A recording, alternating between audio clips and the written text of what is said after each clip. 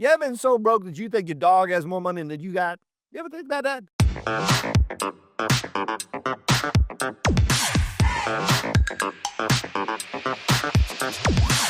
Hey, welcome back to LUSO, a show about this great country and a little bit of coffee and teaching the next generation about the God stories, what God was doing in this great country. And especially when you look back at 1776 and what was God doing? What was he up to? That's what we're here really talking about and unraveling. If you've been living under a rock, like I said before, and you didn't pay attention, our nation's 250th anniversary is about to come up, which is why we had this cake here. But what we like to say is we ain't cutting the cake until we've actually looked back to see what God was doing. Let's just unravel that. Let's just look back. It's like, most birthdays, when you have a birthday, when I have a birthday, I like to just see what was happening this past year. Was it a good year? Some years you just like, I want to get that year out of my life. I want to forget. I don't want to think about it. But this is kind of what we're doing here. Is just kind of looking back to see the good, the bad, the ugly, but in particular, the blessings that we have in this great country. Hey, I want to give a shout out to Brian, my business partner, Brian.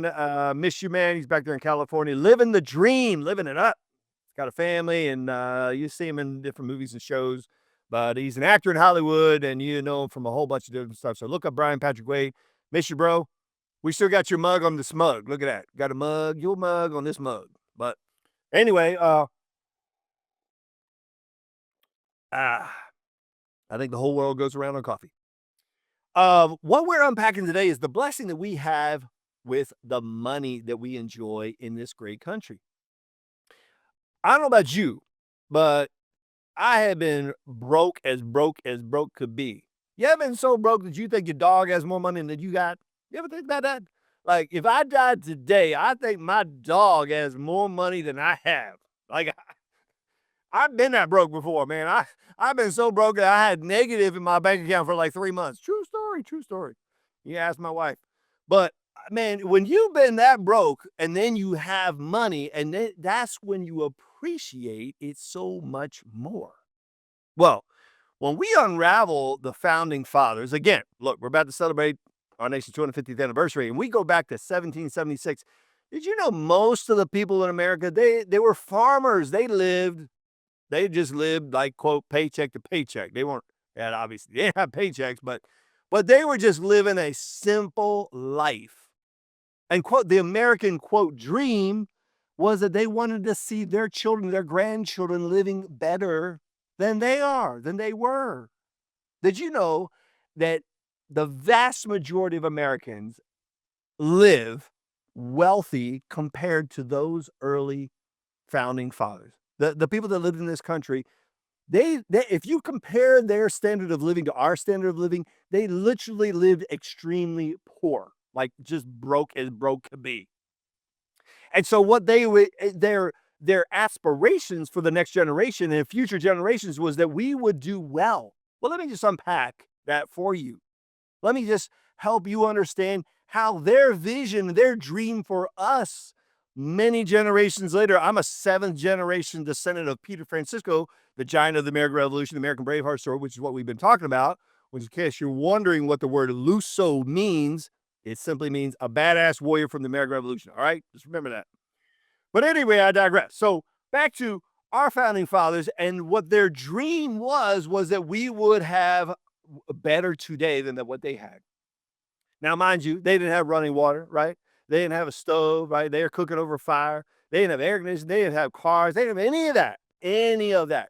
The stuff that we do, the fact what you're watching this whole program on right now would blow their minds. Like 250 years ago, they didn't have any idea that we would be like, you'd be watching something from halfway around the world somewhere. They just couldn't even comprehend that. Like it couldn't even conjure it up. So they live really primitively, right? But let's put it in comparison today. Today, in America, 250 years later, Americans live in the top 1% of the rest of the world. That's why so many people want to come here. They want to immigrate here. They'll do whatever it takes to get here. If you look at the median income around the globe, median income is roughly $9,700 a year. That's annual income, average person in the world, okay? $9,700. If you make $35,000 a year, you live in the top 10% of the world. Did you know that? Top 10%. In America, the average income in America that a person makes, that one person makes, is $80,000. That's the average. So there's some less, there's some more, there's some that are a whole lot more. Actually, if you go look it up, there's in America about 24 million Americans are millionaires. 24 million Americans are millionaires. But back to just the average person makes about $80,000 a year. That is way above what the average person in the globe makes. Way, way above. I mean, I'm talking like, so if you're a husband and a wife, both of them are doing well in their careers, they're making about $160,000 a year. You put that in comparison to the rest of the world, and Americans, we have been so blessed by what our founding fathers did. 250 years ago, they lived just broke. I mean, extremely poor. We know that. We can look that up. That's history. We could see that. And to all these generations later, 7 generations later, roughly 7 or 8, you and I, we live like kings and queens. Matter of fact, if you go do the history, we live better than kings and queens lived back then. That's true fact. You go look it up in America. In America. And I think sometimes we just take it for granted. We don't even realize how well off we are, how our lives are incredibly blessed compared to the way our founding fathers and the sacrifice that they made for us to enjoy what we have. Again, if you don't know this statistic, again, we've come, Brian and I've done the research, and 83% of Americans don't even know why we fought the American Revolution. Well, here's a really good statistic for you to understand why we are blessed. Like, they fought and died for us to enjoy prosperity. Now, if you look at the Bible, we see in the Bible that the blessings that we have and the wealth that we have only comes from God. So I want to state that. I mean, as a Christian, I know God is the one that's given us this blessing. Now, let me take it a little step further, is that this wealth and this blessing is not for you and I. It shouldn't be about my pride, about my arrogance. It should be about, like, look at me and look at how well off I am. That's not why we are blessed. Our blessing is so we can be generous. I referenced Mr. Beast, a few episodes ago.